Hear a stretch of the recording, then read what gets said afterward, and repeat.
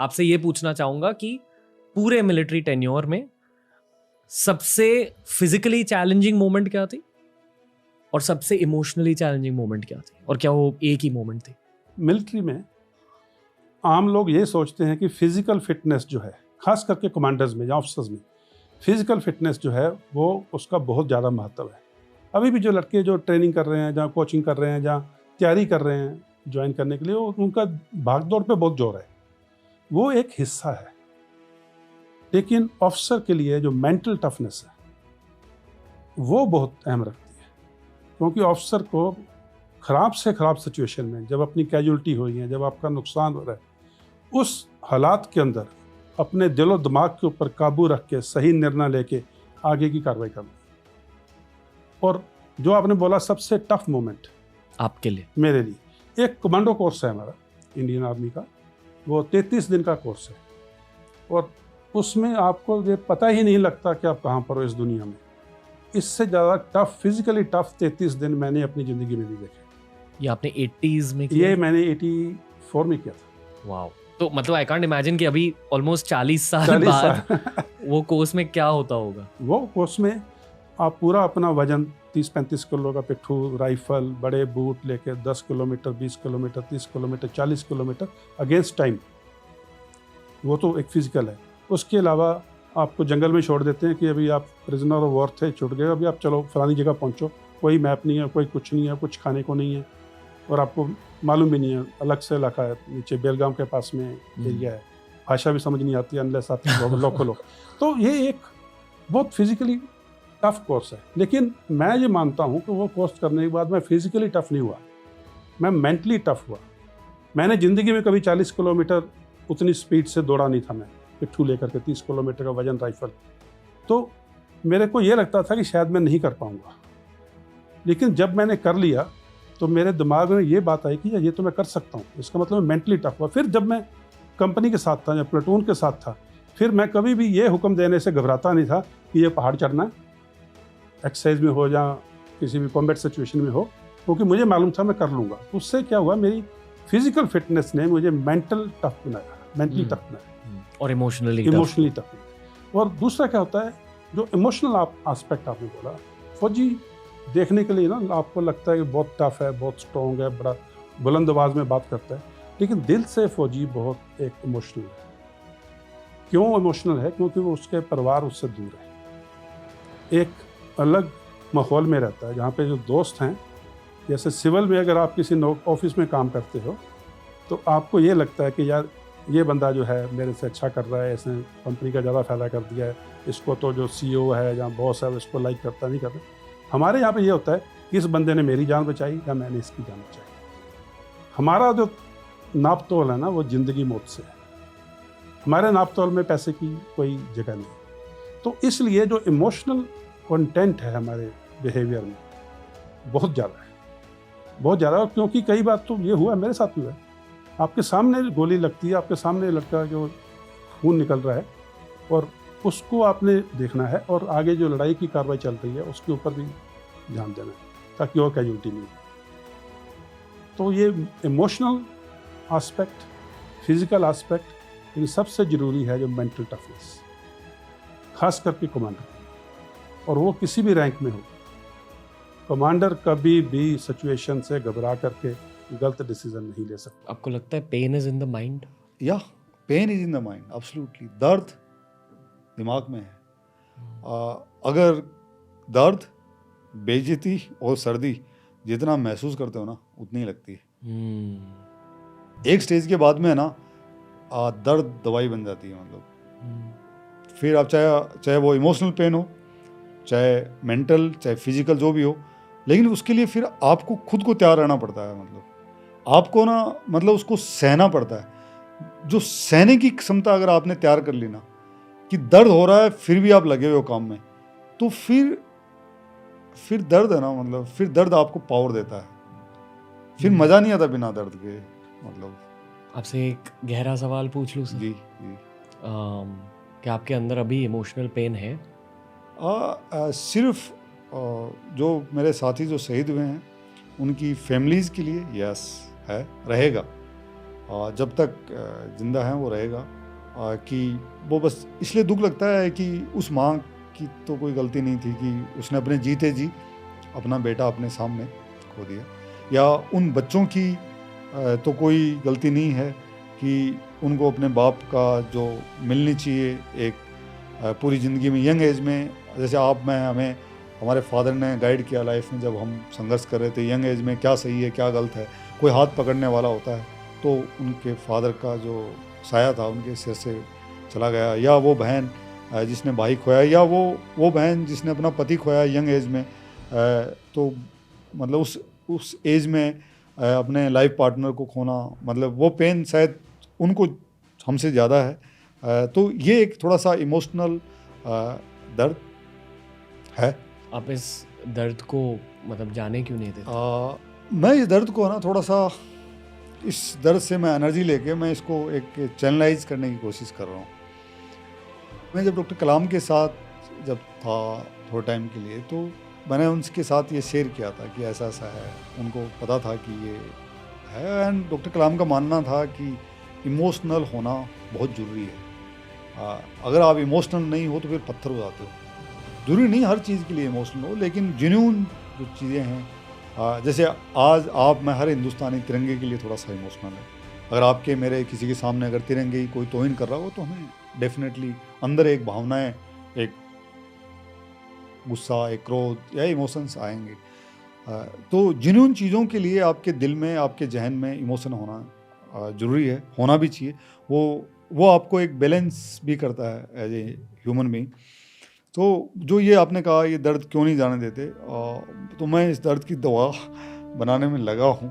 और तो मैं जब डॉक्टर कलाम के साथ था कि ऐसा ऐसा क्या किया जाए, तो उनका था कि क्यों नहीं हम जो शहीद परिवार हैं, जिन्होंने अपने बच्चे खोए हैं, अपने फादर खोए, अपने पति खोए हैं, भाई खोए हैं, उन फैमिलीज़ को, और क्यों नहीं हम देश की जो आम जनता है उसके करीब लेके आएँ। क्यों नहीं हम उनके बच्चों के लिए कुछ एजुकेशन का कुछ करें, कुछ एक ऐसा मिशन करना चाहिए हमें। किसी भी फौजी के परिवार को जनता से पैसा 1 रुपया नहीं चाहिए, उनको सिर्फ इज्जत चाहिए, मोहब्बत चाहिए। आपने अगर किसी शहीद के परिवार के पास आप 2 मिनट जाके उनकी माँ या उनके फादर के पास बैठें और उनके बेटे के बारे में बात करें, आप उनको ये एहसास करवा दें कि वो नहीं है, मैं हूँ आपका बेटा, मैं हूँ, हम आपके साथ हैं। मैं आपको बता सकता हूँ कि उसके बाद में वो माँ और वो पिता जो शहीद के हैं, वो आपको ज़िंदगी भर ना आपके अंदर अपने बच्चे की शक्ल देखना शुरू कर देंगे। कुछ स्पेशल फोर्सेस के सवाल भी पूछने मुझे कि इसी फेज में ऑपरेशंस के बारे में मत बताइए सर, पर ये बस थोड़ा हमें टीम वर्क के बारे में बता दीजिए कि वहाँ जब एक 30 बंदों की टीम होती है तो आपस में वाइब क्या होती है, सपोज कॉम्बैट सिचुएशन स्टार्ट हो जाती है तो फिर कोऑर्डिनेशन कैसे होती है एक दूसरे के साथ? इज इट वर्बल कम्युनिकेशन, क्या होता है, या इतनी ज़्यादा ट्रेनिंग हो चुकी है कि सब लोग इन सिंक है, फ्लो में होता है? यार एक तो जो मेरे को लगता है जो स्पेशल फोर्सेस की जो सबसे खास बात है और which makes it stands out from, और मैं ये इसलिए नहीं कि मतलब बाकी के भी इन्फेंट्री बटालियन और आरआर बटालियन बहुत ज़बरदस्त हैं, बहुत कुछ है, पर उनमें क्या है वो उतनी कंटिन्यूटी नहीं, हमें काफ़ी एक हद तक कंटिन्यूटी रहती है। तो इसलिए जो हमारी जो बॉन्डिंग है ना वो एक बहुत अलग लेवल की होती है।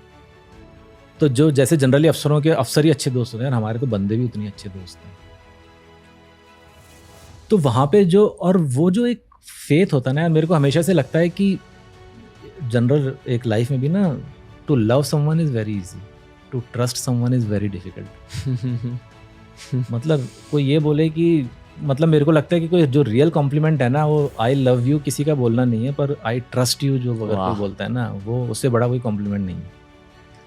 तो वो जो एक जो फीलिंग होती है ना यार कि तुम साला आंख बंद करके विश्वास कर सकते हो किसी को, कोई फरेब नहीं है, कोई धोखा नहीं है।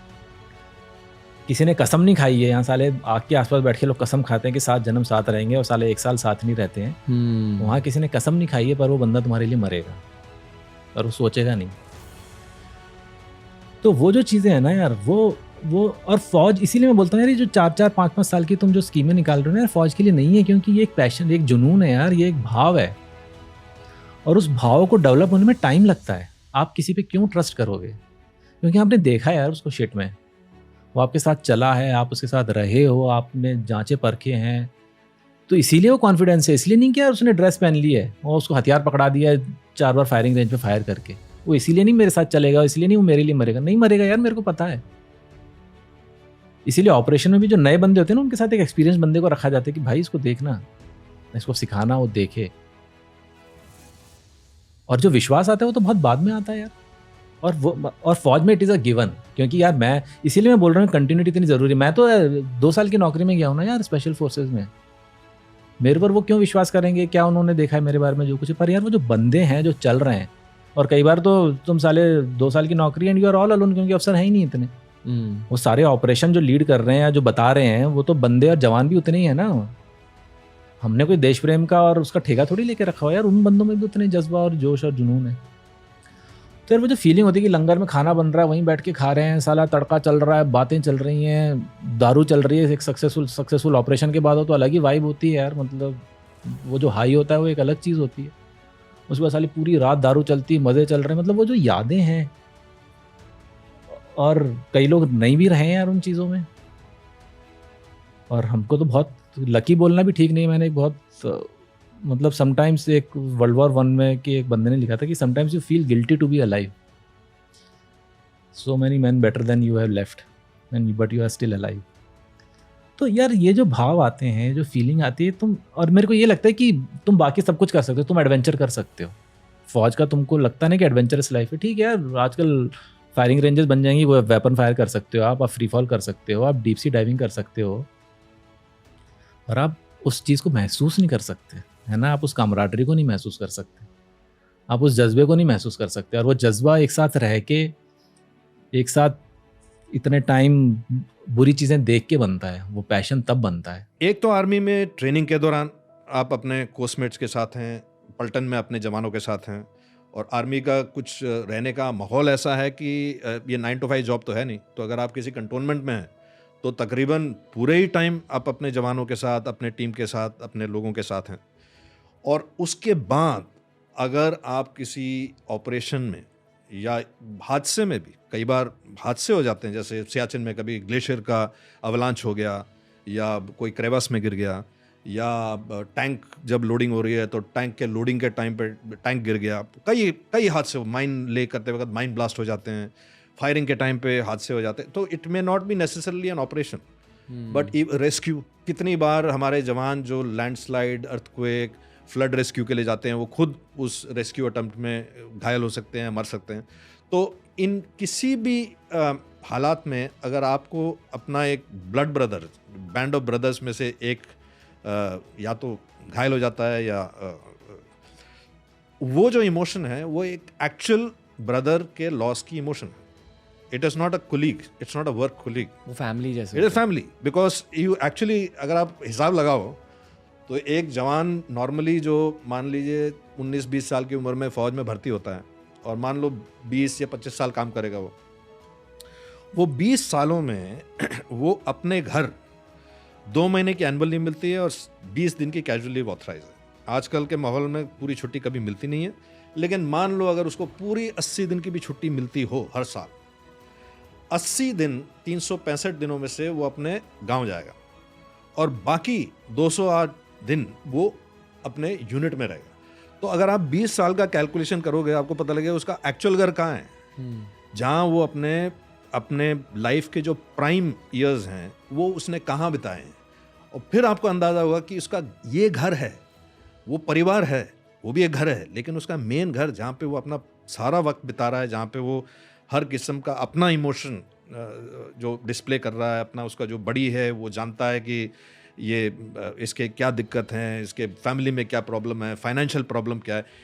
This is the bond. और ये बॉन्ड में अगर एक उसमें से किसी का हादसा हो जाता है या कोई मर जाता है, तो obviously it is like a loss of a personal brother. That is the brotherhood. And again जब मैं लफ्ज़ यूज़ करता हूँ brotherhood, it's not gender specific, it is more to describe the camaraderie. That is the camaraderie. And I think that is a very, very strong emotion. That is also the positive emotion. That is why, again, ये तो मतलब is legendary in army कि many times to recover a dead body, एक हमला हुआ, हमले में कुछ लोग घायल हो गए, कुछ लोग मर गए, उनके डेड बॉडी को रिकवर करने के लिए दूसरा ऑपरेशन लॉन्च होता है। Now, if you ask any corporate leader कि आपके 6 लोग तो मर गए हैं, अब वो डेड बॉडी को खींच के लाने के लिए आप एक और ऑपरेशन रिस्क कर रहे हो, उसमें हो सकता है 15-20 लोग और मर जाएं। तो मरे हुए आदमी के बॉडी को लाने के लिए आप जिंदा आदमी को क्यों रिस्क पे डाल रहे हो? But that philosophy in the army is we will never leave him behind, चाहे वो कम व्हाट में, लेकिन we will bring that body behind, will bring it with us, we will never leave it behind.